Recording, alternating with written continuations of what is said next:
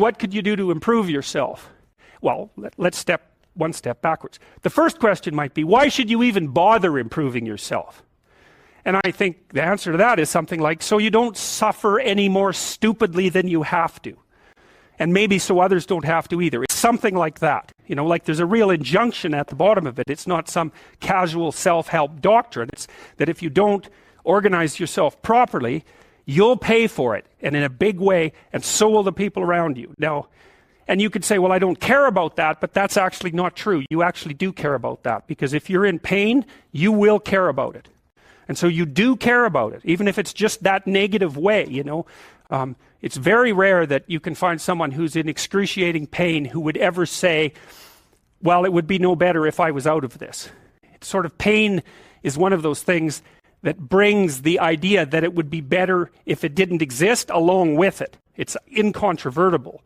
So you get your act together so that there isn't any more stupid pain around you than necessary. Well, so then the question might be, well, how would you go about getting your act together? And the answer to that, and this is a phenomenological idea too, it's something like, look around for something that bothers you and see if you can fix it. So now you think, well, let's say you go into you can do this in a room. It's quite fun to do it just when you're sitting in a room, like a room, maybe your bedroom. You can sit there and just sort of meditate on it and think, okay, if I wanted to spend 10 minutes making this room better, what would I have to do? And you have to ask yourself that, right? It's not a command. It's like a genuine question. And things will pop out in the room that you know, like there's a stack of papers over there that's kind of bugging you, and you know that maybe little order there would be a good thing. And you know, there's some rubbish behind your computer monitor that you haven't attended to for like 6 months, and the room would be slightly better if it was a little less dusty and the cables weren't all tangled up the same way. And like if you allow yourself just to consider the expanse in which you exist at that moment, there'll be all sorts of things that'll pop out in it that you could just fix. And you know, I might say, well, if you were coming to see me for psychotherapy, the easiest thing for us to do first would just be to get you to organize your room. Think, well, is that psychotherapy? And the answer is, well, it depends on how you conceive the limits of your being. And I would say, start where you can start. You know, if something announces itself to you, which is a strange way of thinking about it, as in need of repair, that you could repair, then, hey, fix it. You fix 100 things like that, your life will be a lot different. Now, I often tell people too, fix the things you repeat every day, because people tend to think of those as trivial, right? You get up, you brush your teeth, you have your breakfast, you know, you have your routines that you go through every day. Well, those probably constitute 50% of your life. And people think, well, they're mundane, I don't need to pay attention to them. It's like, no, that's exactly wrong. The things you do every day, those are the most important things you do. Hands down. All you have to do is do the arithmetic. You figure it out right away. So 100 adjustments to your broader domain of being, and there's a lot less rubbish around, and a lot fewer traps for you to step into.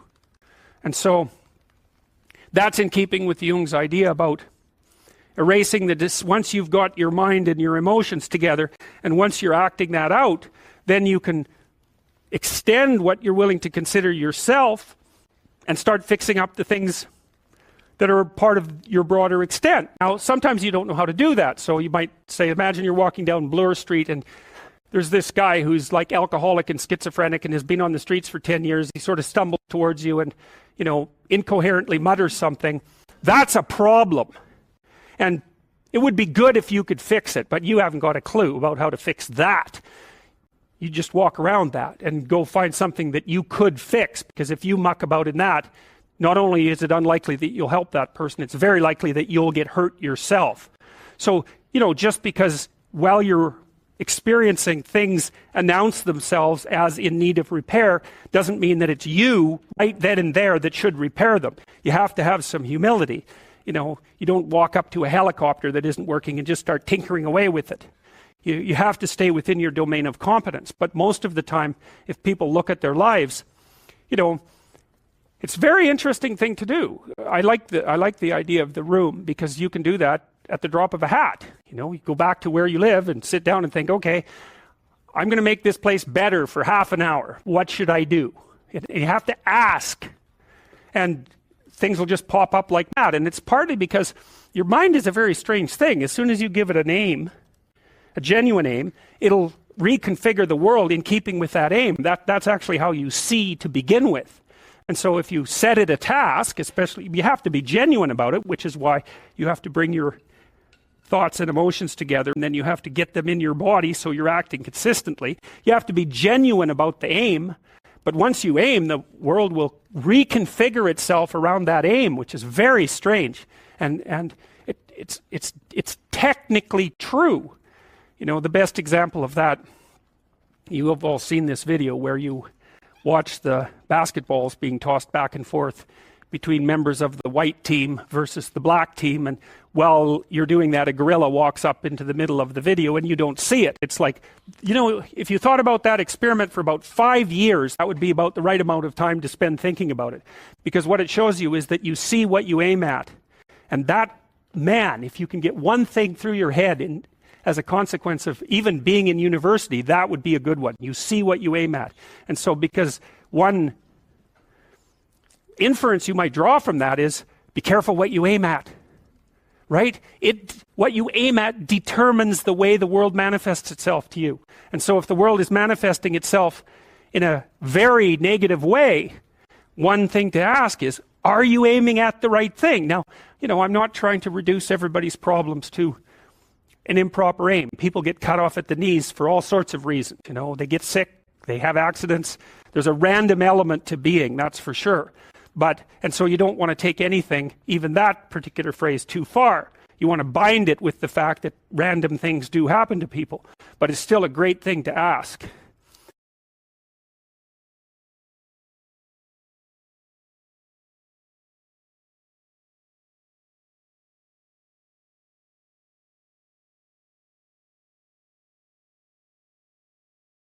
You know, there's this idea that people have a conscience. And you know what the conscience is. It's this feeling or voice you have in your head just before you do something that you know is stupid, telling you that probably you shouldn't do that stupid thing. You don't have to listen to it, strangely enough.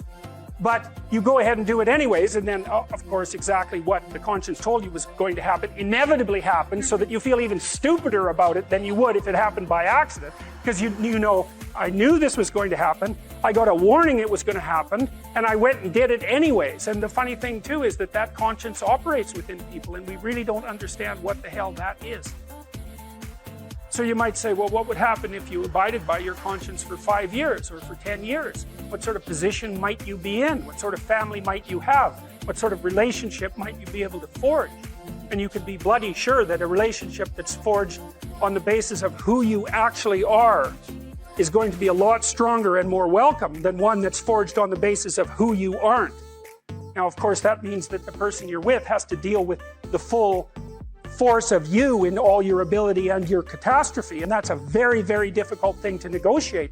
But if you do negotiate it, well, at least you have something, you have somewhere solid to stand, and you have somewhere to live. You have a real life, and it's a great basis upon which to bring children into the world, for example, because you can have an actual relationship with them instead of torturing them half to death, which is what happens in a tremendously large minority of cases.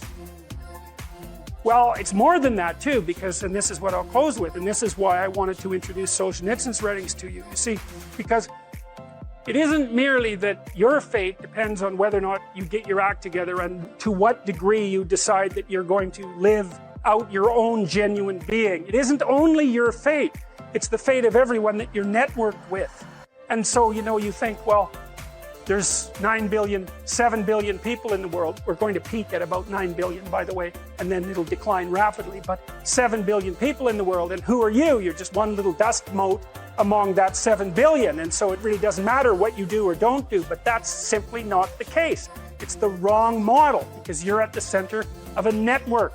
You're a node in a network. Of course, that's even more true now that we have social media. You'll know 1,000 people, at least, over the course of your life. And they'll know 1,000 people each, and that puts you one person away from 1 million, and 2 persons away from 1 billion. And so that's how you're connected. And the things you do, they're like dropping a stone in a pond. The ripples move outward, and they affect things in ways that you can't fully comprehend. And it means that the things that you do and that you don't do are far more important than you think. If you can teach people to stand up in the face of the things they're afraid of, they get stronger. And you don't know what the upper limits to that are, because you might ask yourself, like, if for 10 years, if you didn't avoid doing what you knew you needed to do, by your own definitions, right, within the value structure that you've created, to the degree that you've done that, what would you be like? Well, you know, there are remarkable people who come into the world from time to time, and there are people who do find out over decades-long periods what they could be like if they were who they were, if they spoke their being forward. And they get stronger and stronger and stronger, and we don't know the limits to that. We do not know the limits to that. And so you could say, well, in part, perhaps the reason that you're suffering unbearably can be left at your feet, because you're not everything you could be, and you know it.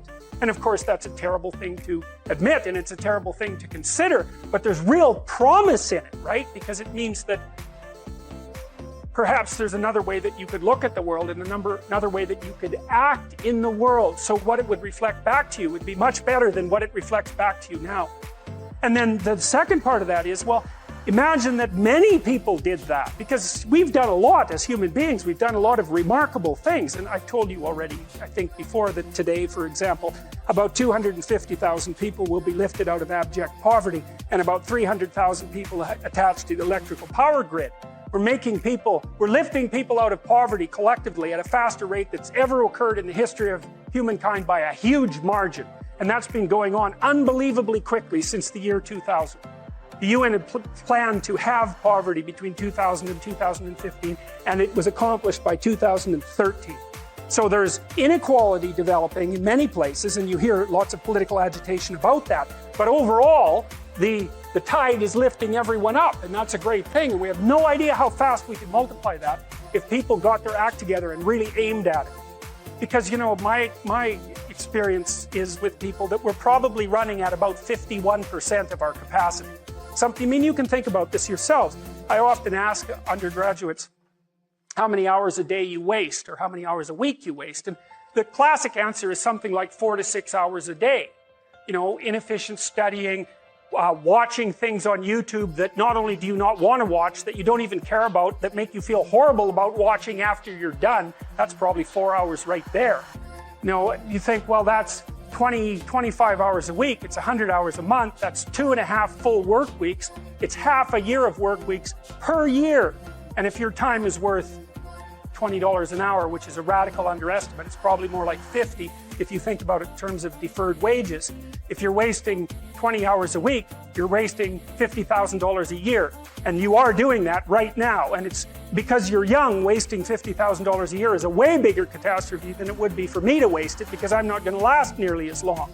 And so if your life isn't everything it could be, you could ask yourself, well, what would happen if you just stopped wasting the opportunities that are in front of you? You'd be, who knows how much more efficient? 10 times more efficient, 20 times more efficient. That's the Pareto distribution. You have no idea how efficient people get. It's off the charts. Well, and if we all got our act together collectively and stopped making things worse, because that's another thing people do all the time. Not only do they not do what they should to make things better, they actively attempt to make things worse because they're spiteful or resentful or arrogant or deceitful or homicidal or genocidal, or all of those things all bundled together in an absolutely pathological package. If people stop really, really trying just to make things worse, we have no idea how much better they would get just because of that. So there's this weird dynamic that's part of the existential system of ideas between human vulnerability, social judgment, both of which are major causes of suffering, and the failure of individuals to adopt the responsibility that they know they should adopt. And so if you act that way, of course, the terror of realizing that is that it actually starts to matter what you do. And you might say, well, that's better than living a meaningless existence. It's better for it to matter. But I mean, if you really asked yourself, would you be so sure if you had the choice? I can live with no responsibility whatsoever. The price I pay is that nothing matters. Or I can reverse it and everything matters. But I have to take the responsibility that's associated with that. It's not so obvious to me that people would take the meaningful path. You know, when you say, well, nihilists suffer dreadfully because there's no meaning in their life and they still suffer. Yeah, but the advantage is they have no responsibility. So that's the payoff, and I actually think that's the motivation. Say, well, I can't help being nihilistic. All my belief systems have collapsed. It's like, yeah, maybe. Maybe you've just allowed them to collapse because it's a hell of a lot easier than acting them out. And the price you pay is some meaningless suffering, but you can always whine about that and people will feel sorry for you, and you have the option of taking the pathway of the martyr, so that's a pretty good deal, all things considered, especially when the alternative is to bear your burden properly and to live forthrightly in the world. Well, what Solzhenitsyn figured out, and so many people in the 20th century, it's not just him, even though he's the best example, is that if you live a pathological life, you pathologize your society. And if enough people do that, then it's hell. Really, really. And you can read the Gulag Archipelago if you have the fortitude to do that, and you'll see exactly what hell is like. And then you can decide if that's a place you'd like to visit, or even more importantly, if it's a place you'd like to visit and take all your family and friends. Because that's what happened in the 20th century. No, you can't blame inequality on capitalism. In fact, capitalism is pretty good at ameliorating inequality. Like, there's still plenty of inequality in capitalist societies, make no mistake about that. And you can make some claim, although it's a tricky one, that some indices of inequality have increased over the last 20 years. It depends on how you measure it, because it's complicated. Because, you know, even poorer people now have access to, well, let's say iPhones, which have more computational power than the entire system that put the Apollo 11 on the moon, which is, you know, for $600, which isn't a bad bargain. So it's not that easy. It's not that easy to do those economic calculations. But one of the things you can say about capitalism and about private property and about the idea that people have a right to what they earn and a right to what they own is that it's pretty damn good at generating wealth. And the wealth isn't equally distributed by any stretch of the imagination, but a fair bit of it goes to the bottom, and that's why we're seeing, well, a relative dearth of tremendous deprivation. And you might say, well, we want to squeeze out that last bit of inequality, and it's like, well, maybe we do, and maybe we don't. It's not so obvious, first of all, because even if we did want to, we don't know how. And we certainly do know that if there are some ways that if we go about it, then things really go to hell in a handbasket really fast, and everyone ends up equal because they're all starving and dead. You end up in a situation like Venezuela, not that they're all starving and dead, but the average Venezuelan lost 17 pounds in the last year, and that wasn't from voluntary diet, right? And that's a very rich country. And so we do know that there are ways of ameliorating inequality that just don't work. And so it's a dangerous thing to mess with because we don't understand it. Now, you know, that doesn't mean we shouldn't try to understand it, and that also doesn't mean that the left doesn't have a point, you know. If your society becomes too unequal and too many people stack up at the bottom and they don't have an opportunity to move forward, that seems like it's bad for everyone. And so we could agree on that, and we could try to set up our hierarchies so that they're not too brutal for the people who end up at the bottom, right? That would be nice if we can be sensible and figure out how to do that. But I think we're not doing that bad a job of figuring out how to do it. We build infrastructure that everybody can use. We have universal education systems and so on, and they're not perfect, but they're far from catastrophic, and they're a hell of a lot better than they were 100 years ago.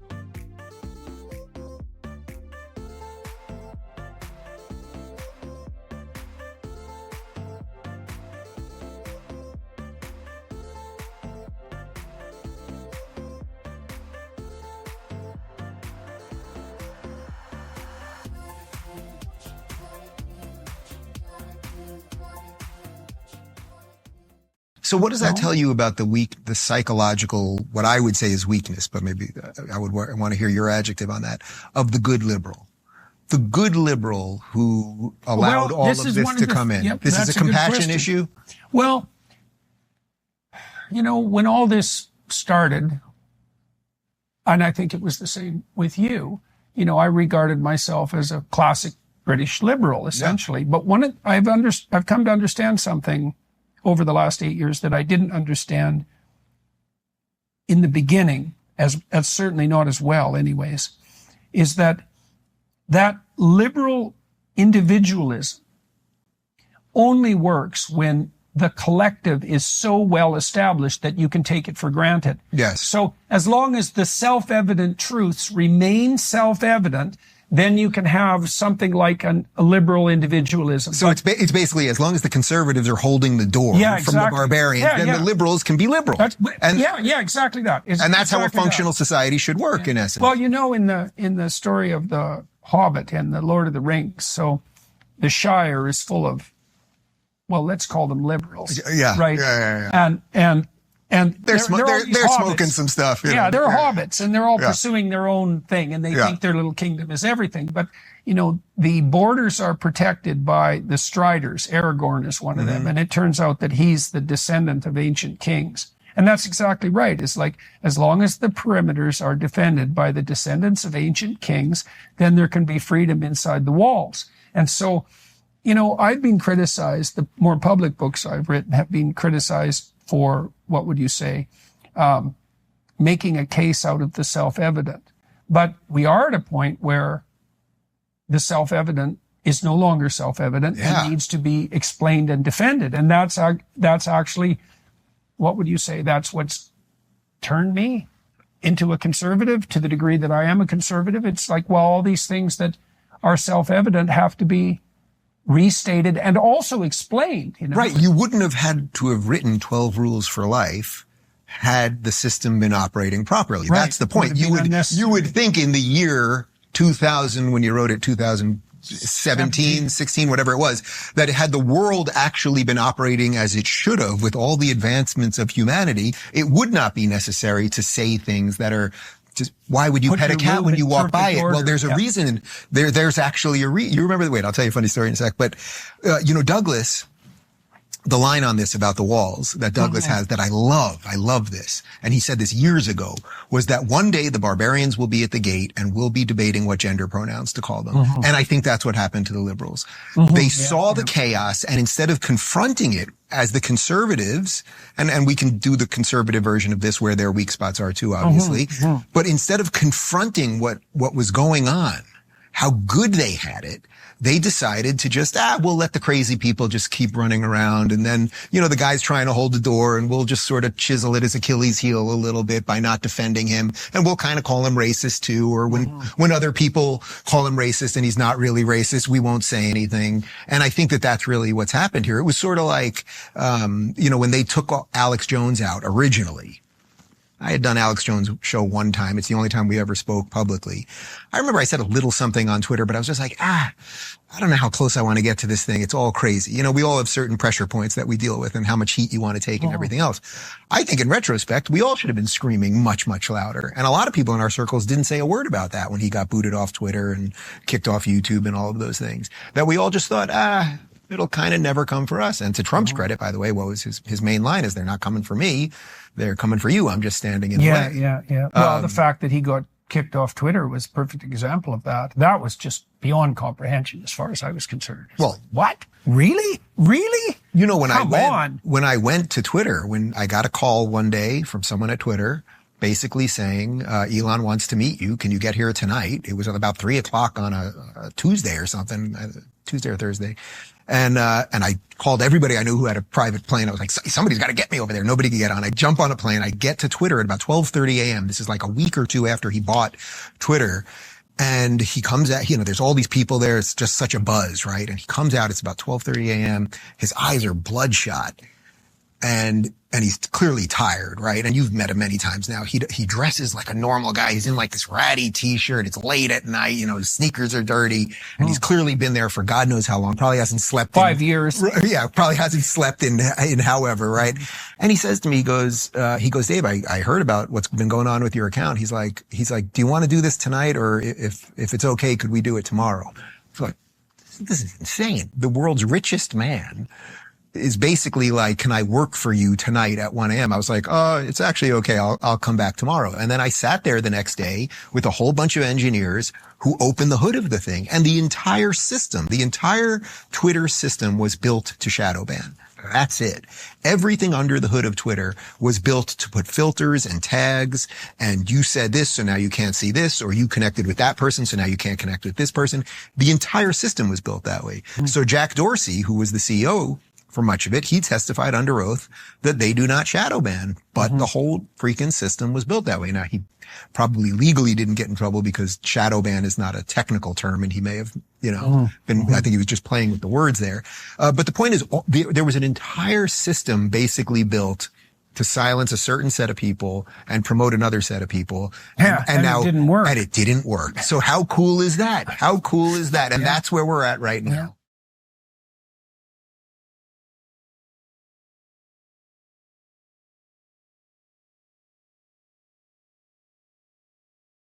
So I wondered what's motivated you, because you push in so many directions simultaneously.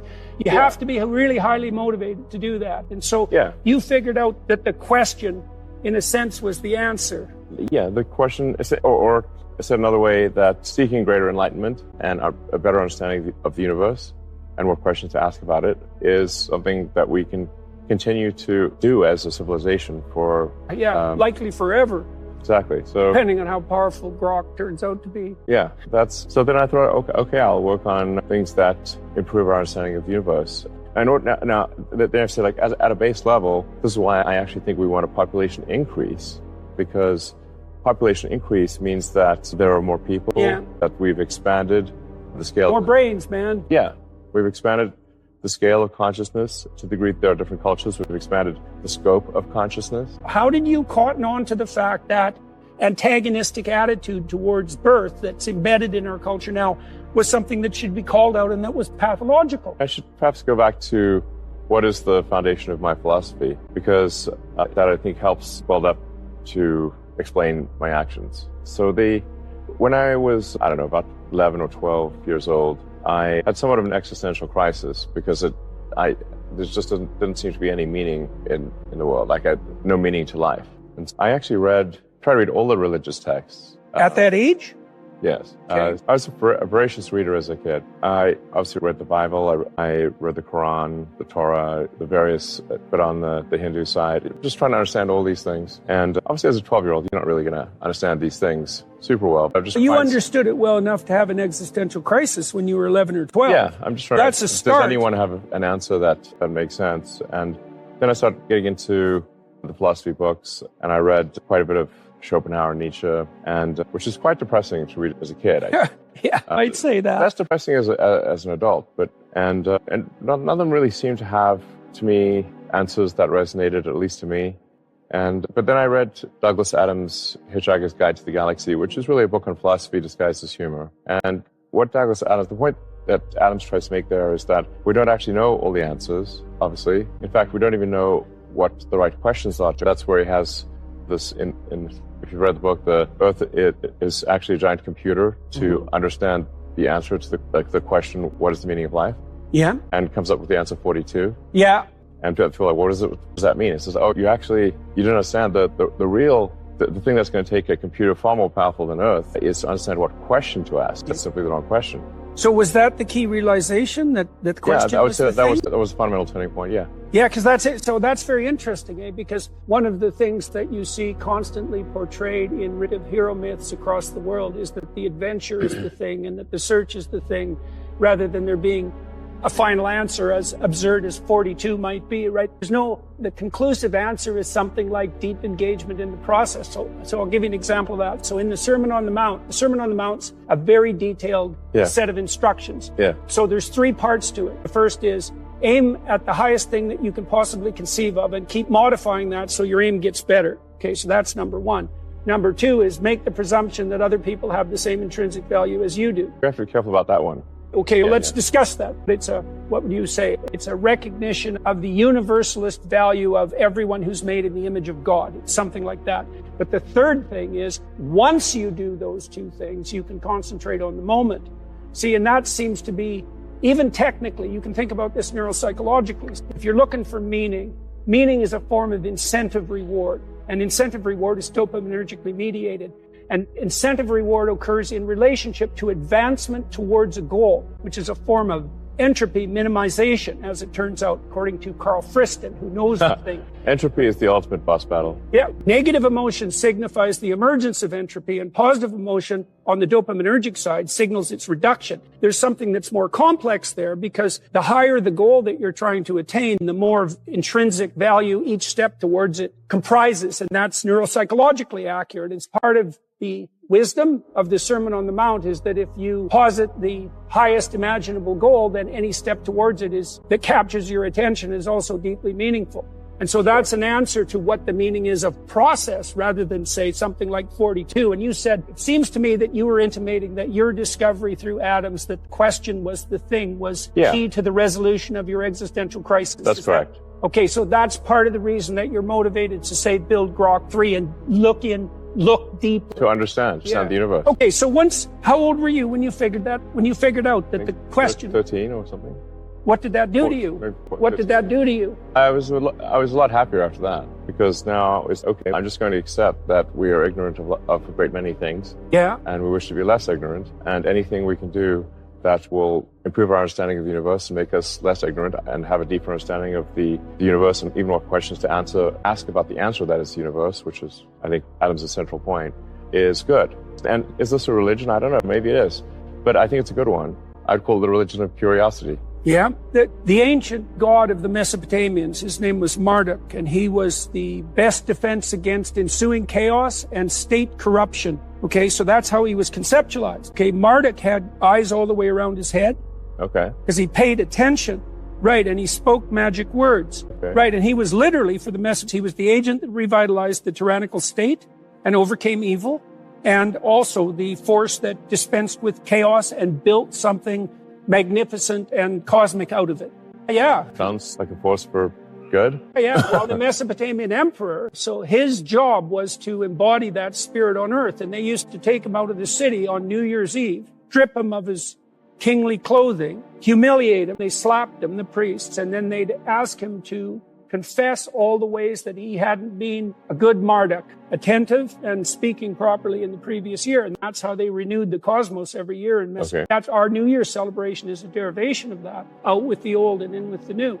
And the Egyptians, they worship the eye, right? You've seen that famous... The all-seeing eye of Horus? The all-seeing eye of Horus. That's the antidote to the eye of Sauron, by the way. Because if you don't use that vision, if each citizen doesn't use that vision, it's replaced by the totalitarian all-seeing eye. That's a hell of a thing to know. You talked about delving deeper into the structure of the universe, let's say, to answer fundamental questions and you are a remarkably forward-looking person. What the hell do you think you're building with these AI systems? What is this? I think really what all the AI companies are aiming to build is digital superintelligence. So intelligence that's far smarter than any human. Yeah. And ultimately an intelligence that is far smarter than all humans combined. Now one can say, is this a wise thing to do? Isn't this dangerous? Unfortunately, whether we think that or not, it is being done. But really, from my standpoint, from the XAI team standpoint, we have the choice of being a spectator or a participant. That's life, man. Yeah, be a spectator or a participant. And I think if we're a participant, we've got a better chance, hopefully, of steering AI in a direction that is beneficial to humanity. So why do you trust yourself on that front? That's an important question, right? I don't trust myself entirely. Good, yes. Fair enough. Okay. Yeah. An ethical conundrum, right? Yes, it is an ethical conundrum. Because you said this is happening. Now, the excuse that something is happening is not a rationale for participating in it, but then your next take is we have the chance to do this properly, let's say, as maybe opposed better. to... Okay. I think we just, from a moral standpoint, we really just need to think that maybe we've got a chance of it being better to some degree than what others are doing. And we'll strive to avoid some of the pitfalls or directions that the others are going in. Because the others, from what I've seen, do not strive for truth. What do they strive for? They strive to give an answer, but they are, I think, trained to be politically correct. And the woke mind virus is woven in throughout them. Yeah. I'm sure you've seen that. Yeah. Definitely. My students used to ask me because I've been teaching what I've been teaching for about 40 years. And one of the questions they used to ask me is how I knew that what I was teaching wasn't just another ideology. Because the postmodern take is all it is a plethora of power games. And so there's no rank ordering approaches to the truth in terms of their ethical suitability. But that's not the game that you're playing. And obviously would not agree with that philosophy. Why not? The sort of moral relativism. What's convinced you that's not a useful way of approaching things? I think you can look at a given belief system and critique it as being likely to enhance or decrease enlightenment. Will any given belief system improve our understanding of the universe? Will we learn more things? Will we achieve a deeper understanding of physics? And so that's grounded, at least in part, in a scientific framework, from the sounds of it. Well, I think there are facts about the world. Yes, right. There are things that are, let's say, extremely likely to be true versus less likely to be true. I think if one thinks in terms of probabilities about any given sort of axiomatic statement, then that's the right way to think about it. Now, some things are 99.99% to be true. You can run experiments, you can confirm them, and others are perhaps have a low probability of truth, 1% likely to be true, or just using extremes here. But any given statement has, I think, should be thought of as having, should be thought of as having a probability of being true or untrue, a probability of being relevant to an argument or not relevant to an argument. We're just talking about the basics of cogency here. Yeah. I didn't study science precisely. I wasn't as interested in the transformations of the material world. So I'm probably more people-oriented than thing-oriented temperamentally. So I started to study evil. Right? Okay. So that was my delving into the depths, because I wanted to crack that. I wanted to understand, if it, not so much even whether it existed, because I became convinced of that very quickly, but what exactly that had to do with me. Because when I was reading history, I read it as a perpetrator and not as a victim or a hero. I try to read history to discern the facts of what humans did, That also has shaped the way that you act, though. Probably, sure. I've read a lot of history. And I try to understand the rise and fall of civilizations. And what do you think makes them fall? One of the things is a decreasing birth rate, which seems to be a natural consequence of prosperity. Yeah, isn't that strange, eh? Because you'd predict the opposite, wouldn't you? As far as I know, every civilization that has experienced prosperity has had a decline in population. There may be a few exceptions. Perhaps people can enlighten me. I'll look at the comments on this interview to see perhaps what I can learn. But it seems that from what I've read, almost every civilization, when they become prosperous, their birth rate drops. I think that's a consequence of the emergence of something like a non-punished hedonistic egocentrism? Obviously, you mean there's certainly many examples of civilizations that become prosperous. There is generally a trend towards hedonism. Yeah, but you can get away with it if you're wealthy, eh? Because the consequences of your foolishness don't smack you on the head instantly. Precisely. If you're at a civilization under threat, let's say if you take, say, Rome, when they were trying to not get annihilated by Carthage, and they had Hannibal running around marauding Italy, they didn't have time for hedonism. Hedonism is not an option. We're going to get destroyed by Hannibal. The chips are down. When a civilization's under stress, there's very little hedonism that takes place. William James said that the modern world needed a moral equivalent to war. He investigated the religious realm very deeply, and I think this was in the varieties of religious experience, and that really had an effect on me, because I think that you need something akin to an existential threat in order to set you straight. I think there's some truth to that. Yeah. But if it's let's say if it's a spoiled child that kid gets everything he or she wants, and you have a Baruch assault, and then writ large, that is a civilization that is where people get everything they want. I think it's the right way to think about it developmentally and neuropsychologically. Okay, you had a rough childhood. Yeah. Yeah, like rough and tumble rough childhood. Plenty of fights, and a father who was a difficult creature to contend with. Okay, what did that do for you? And are you grateful for it, or are you unhappy about it? I guess you never know the things that really made you who you are today. At the end of the day, am I on net grateful for my life? I am. And perhaps even for the hard things, because those hard things, I learned from them. What did you learn? I read your biography. It's not an autobiography. No, it's not. No, definitely not. I would tell it in a different way than Isaacson, because Isaacson, who I think is an excellent biographer, is nonetheless looking at things through his lens and wasn't there at the time. Of course, of course. One of the things that stood out for me too, though, from that, and I would like your comments about this, was the rough details of your childhood. a lot of physical Yes. altercations, and a lot of, I don't know exactly how to care. Altercations. I mean, I was almost beaten to death within an inch of my life at one point. That counts. Yeah. That definitely counts as It a wasn't just physical a relation. few blows here and there. Yeah. So what did that, okay. Why aren't you bitter about that? Because that's a pathway that people take. I think that there are, one can take, and often people do take, the path of vengeance. Yeah, that's for sure. Yeah. Or That's what antinatalism is. Yeah, to feel that the world has treated them unfairly and that they will visit upon the world that which the world has visited upon them. And justify it by recourse to the reality of their own suffering, Exactly. which is often intense. Yeah. So the story of Job, one of the things I concluded from the story of Job, because it's a precursor to the crucifixion story.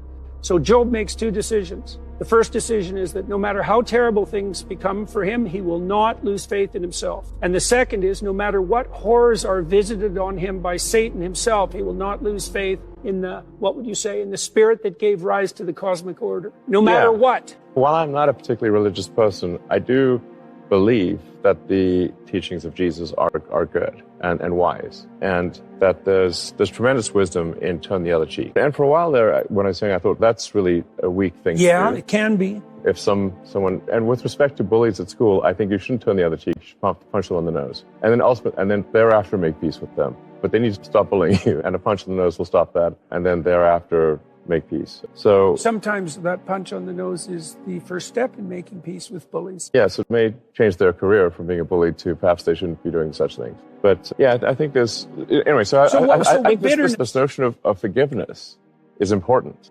I think it's essential, because if you don't forgive, then, as I forget who said it, but an eye for an eye makes everyone blind. If you're going to seek vengeance and you have this never-ending cycle of vengeance. There are anthropological speculations that we were caught in a 350,000-year cycle of not getting anywhere after modern human beings emerged, precisely because of that. Because we couldn't get out of accelerating tit-for-tat revenge cycles, right? Yeah, so I'm actually a big believer in the principles of Christianity.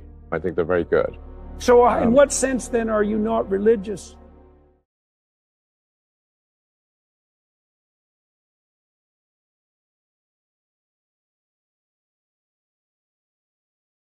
Almost everybody who has a drug addiction problem also has an alcohol problem. They co-occur very, very tightly. Because if you're going to abuse cocaine, well, you might as well cut it with alcohol. And if you're going to abuse cocaine, you might as well abuse alcohol, and not that sort of thing happens. Now, alcohol is notorious. It's a notorious drug. So it's the only drug we know of that reliably actually directly increases aggression. It's implicated in 50%. Half the people who murder are drunk, and half the people who are killed are drunk. Right? It's without alcohol, there would be almost no domestic violence. Right? Alcohol is very bad. It's very, very, very, very serious contributor to crime. And then the problem with the other forms of addiction, of course, is that as you become addicted and fall out of society, and you still need to pay for your drugs, you're going to, there's the temptation to turn to crime to generate the proceeds necessary for you to get your next hit is going to loom large. And, that's catastrophic too, because even from the economic perspective, because it's very hard for people to steal anything now that has any value, right? I mean, you steal a TV from someone's house and you pawn it off. There's no value in it at all.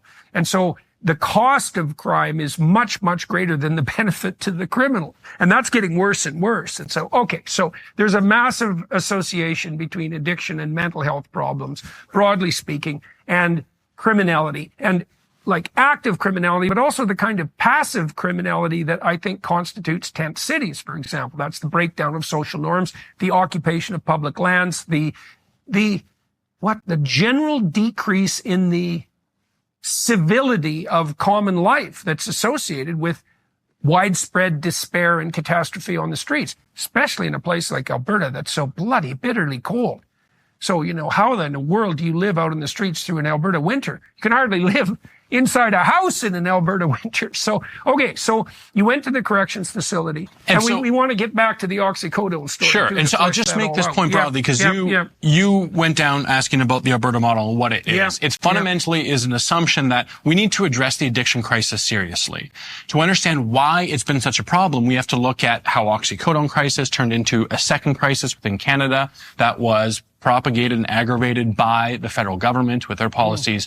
We are fundamentally saying that addiction is a part of the crisis that individuals face. And if you try and do housing first, as Minister Nixon made the point, without addressing addiction, right, you're going to end up in a very, very difficult spot, right? You need to say, I mean, the nature of an addiction, if we're talking about an opioid addiction, I mean, many people who are addicted to opioids lose a fifth to a quarter of their body weight because they don't have a desire to eat or drink, because the dopamine hit you get is 200% increase from your baseline level when you do an opioid. I mean, imagine if this conversation was the best conversation we'd ever had, the most stimulating ever. That would be 25% increase in our dopamine, maybe, off our baseline, from what I understand. You're talking about something 8 times as compelling. Of course, no one's going to want to have a conversation or eat a burger or drink water or have sex or, you know, continue to hold down a paying job and be a part of society. America's healthcare system is lacking in any real care. Insurance companies regularly deny progressive treatment options, primary care physicians refuse to order comprehensive lab work, and the standards of care lag years behind the leading research. That's where Merrick Health comes in. Merrick Health represents a paradigm shift in how we approach medicine. The premier health optimization platform, Merrick Health empowers you to maximize your longevity and performance with the confidence that comes from having experts in your back pocket. They offer cutting-edge diagnostic labs, concierge health coaching, and expert clinical oversight. They help you achieve your health and fitness goals by leveraging data-driven lifestyle and nutrition recommendations, along with supplement and prescription treatment options. If you're listening to this show, then you're probably a proponent of taking your health into your own hands. That's why we've teamed up with Merrick Health to offer a turnkey optimization package designed for those who want to maximize their performance and longevity with the most elaborate testing on the market. You'll receive extensive lab work, thorough lab reports, video calls with Merrick's health experts, and expedited onboarding. Go to merrickhealth.com/Peterson and use code Peterson to get the same panel and medical oversight I get and save 10% at checkout. That's merrickhealth.com/Peterson and use code Peterson at checkout. The rat literature indicated pretty convincingly that it was actually pretty hard to addict rats that were in their wild habitat to cocaine. But if you isolated them in a cage, you could get them addicted to cocaine to the point where they would only self-administer cocaine and they wouldn't do anything else. Barely drink, certainly not eat, certainly not be interested in sex. And so if you're dealing with people who are alienated, who aren't integrated into a community that allows them alternative forms of genuine reward, then the dopaminergic chemicals become that much more attractive. And if you want to look at examples of that, just look at Western society that atomizes everyone increasingly. And there are all sorts of benefits to the personal autonomy that we have in society, but increasingly we're more isolated than we've ever been. And COVID was, pardon the expression, that on steroids. It was so much more so, this isolation that happened. And addiction is fundamentally a disease of isolation. And the antidote to that is recovery, which is a community relationship again. In some way. Community and purpose. That's right. Those. So let's get to that question around. Well, draw the line between the oxycodone overprescription and the government policies that facilitated the development of the opioid crisis. Now, is that associated with the policies that, say, characterize Vancouver, where drugs are distributed widely and easily, and that is the understatement of the decade to say widely and easily. So the oxycodone crisis created a North American opioid pandemic. The authority on this is a Stanford Lancet Commission written by Dr. Keith Humphreys, who is a professor seen to be a universally accepted expert when it comes to the opioid crisis in North America. It's distinctly North American as a crisis. There are aspects of this that we see in other parts of the world, but we see the opioid crisis created a market for opioid users that wasn't just that Toronto, Vancouver, LA, New York for that heroin market that would have existed. Instead, everyone that had a prescription, i.e. everyone with a pharmacy, dispensary, and a family physician, and anyone who had pain in their life, there now was a market for that. And we saw a massive explosion.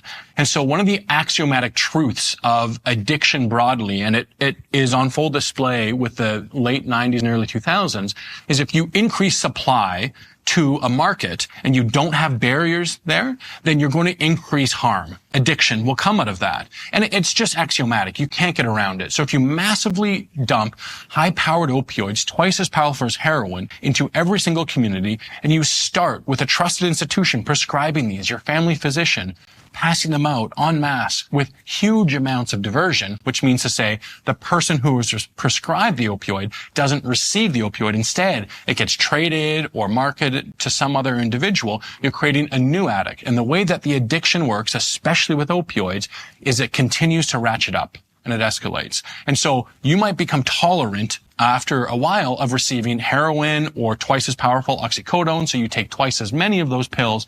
And after a time, you saw a massive resurgence of the heroin market across all of North America. And is that what opened the door to fentanyl? And so fentanyl is just a much, much more powerful version of heroin. So if you look at oxycodone, which is twice as powerful as heroin, thereabouts, fentanyl is about 100 to 200 times more powerful than that. Right? And so as tolerance continues to escalate in a using population, there are very clever chemists, in the illicit chemists, that are going to find a new high-powered opioid that will be able to satiate that desire. And so if you are using over a long period of time, months and years, you no longer can get a high off of that lower powered opioid. So you need to be seeking more and more. And fentanyl's one of them, but there's sufentanil and carfentanil and some clever chemist that's going to create something even more damaging afterwards. It's not just that the opioid gives you that dopamine hit and that high that we talked about. If that was all it was, there would be all sorts of difficulties in managing that because of its addictive properties. But the opioid also can access different receptors in the brain, as you well know. And one of those receptors are what depress your respiration. And so if you get a really powerful opioid, like say fentanyl, that's hundreds of times more powerful than heroin, then your breathing will stop to the point where you don't pump blood through your chest anymore and your veins don't deliver that oxygen. And to your brain, you will have cerebral hypoxia, which is akin to drowning in daylight. You're suffocating for air in your brain. And that's what an opioid overdose is. And so that's running rampant on the West Coast. And fentanyl is particularly bad at this, right? And so we had a few factors come together. The failure of the institutions that were meant to protect us, the academic institutions that train physicians, the colleges that regulate physicians, the regulatory bodies that regulate the access to drugs themselves, and it went unchecked for over a decade and created a mass market. And this is like a slow-moving freight train towards our healthcare system and towards your family and your community members that end up hooked on an addiction to an opioid. And we know that that addiction will escalate. And that addiction, run its course, has only one of two ends. And if someone says otherwise, they're lying to you and maybe even to themselves. The addiction, run its course, either ends in pain, misery, and given enough time, death through an overdose or some other ancillary consequence like not eating or lacerations from living in intensity, you name it. Carnage that happens, trauma lives in addiction. The alternative to that, and it's the only alternative, given enough time, is treatment, recovery from your addiction, and that second lease on life, to be a community member again, to be a brother or a mother. One of the reliable findings in the alcohol addiction treatment literature, virtually no treatments for alcoholism work. But that doesn't mean that people don't recover. And one of the primary pathways to recovery, and this has been known, I would say, for 7 or 8 decades, is something approximating religious transformation. This has been well known among researchers who have no stake in the matter from a religious perspective. And there's a reason for that. The reason is that the drugs of abuse, like alcohol, if you're prone to it, have this dopaminergic kick that you're describing. So dopamine kicks in when you see yourself moving towards a valued goal. And so that feels good, but it also reinforces the development of the neural systems that underlie that movement. So if you do something and it works, it makes you feel good, but the systems that you use to do that grow, and dopamine does both of those.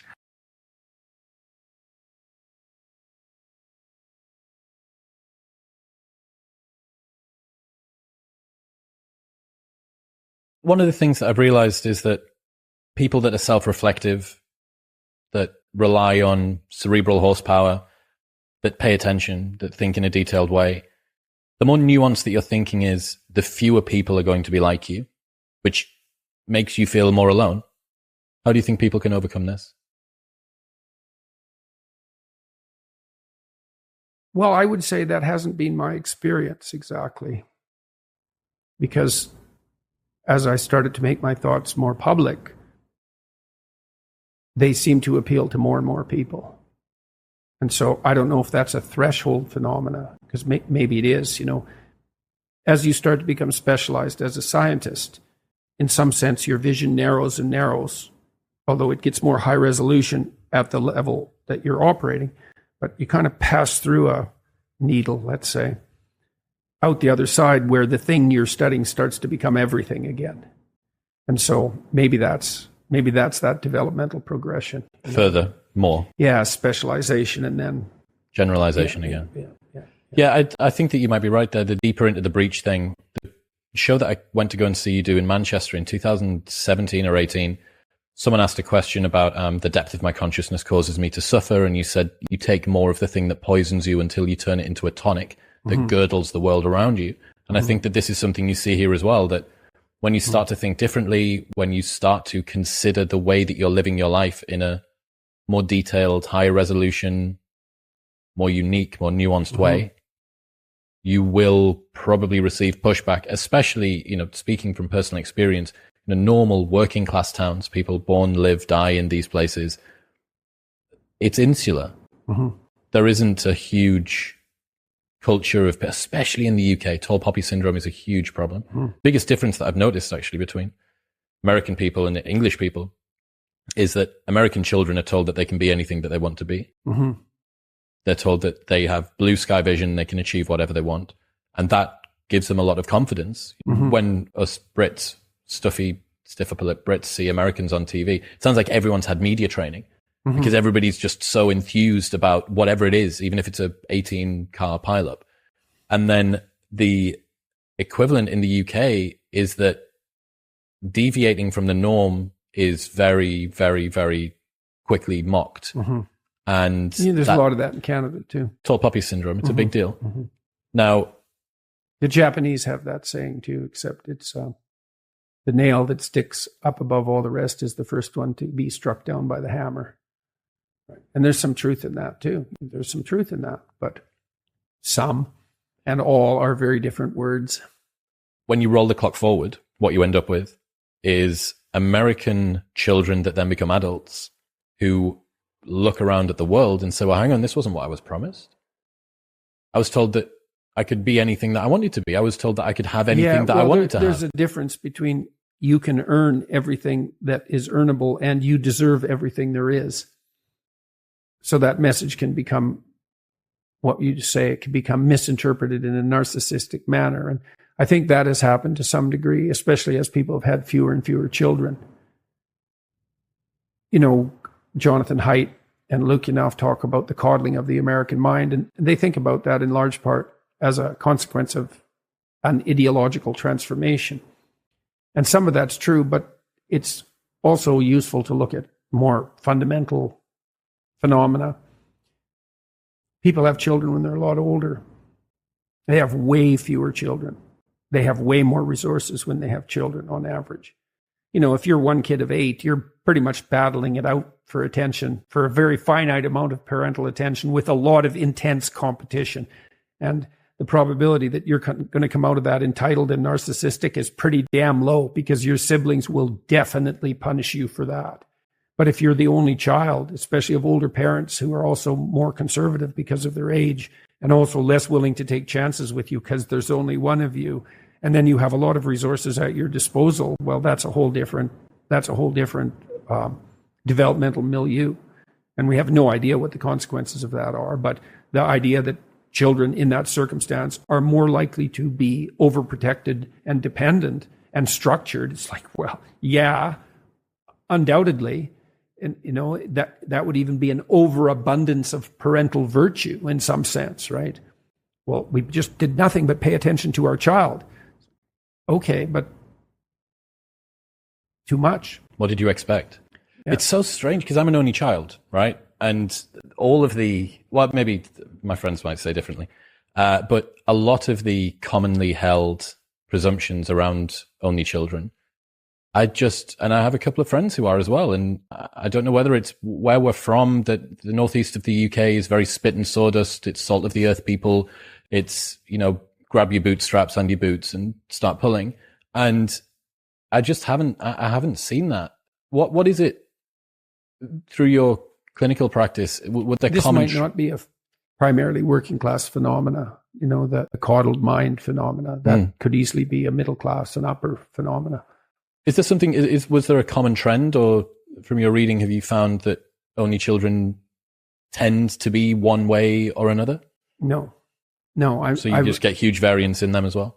I don't know the answer to that at the level of individual psychological data. There might be a literature. I'm not aware of it. That, for me, that was more a response to Haidt's book on the coddled mind. I thought, okay, fair enough. Coddling of the American mind. What's driving this?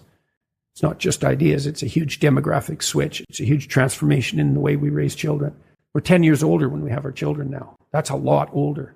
When you're 18 and you have a kid, you're still a kid. And that there's some wildness that's perhaps not so good about that. But there's also perhaps a higher proclivity to go off and live your own life. And then, how much should your children be left on their own? Answer is as much as they can tolerate. And how much is that? Well,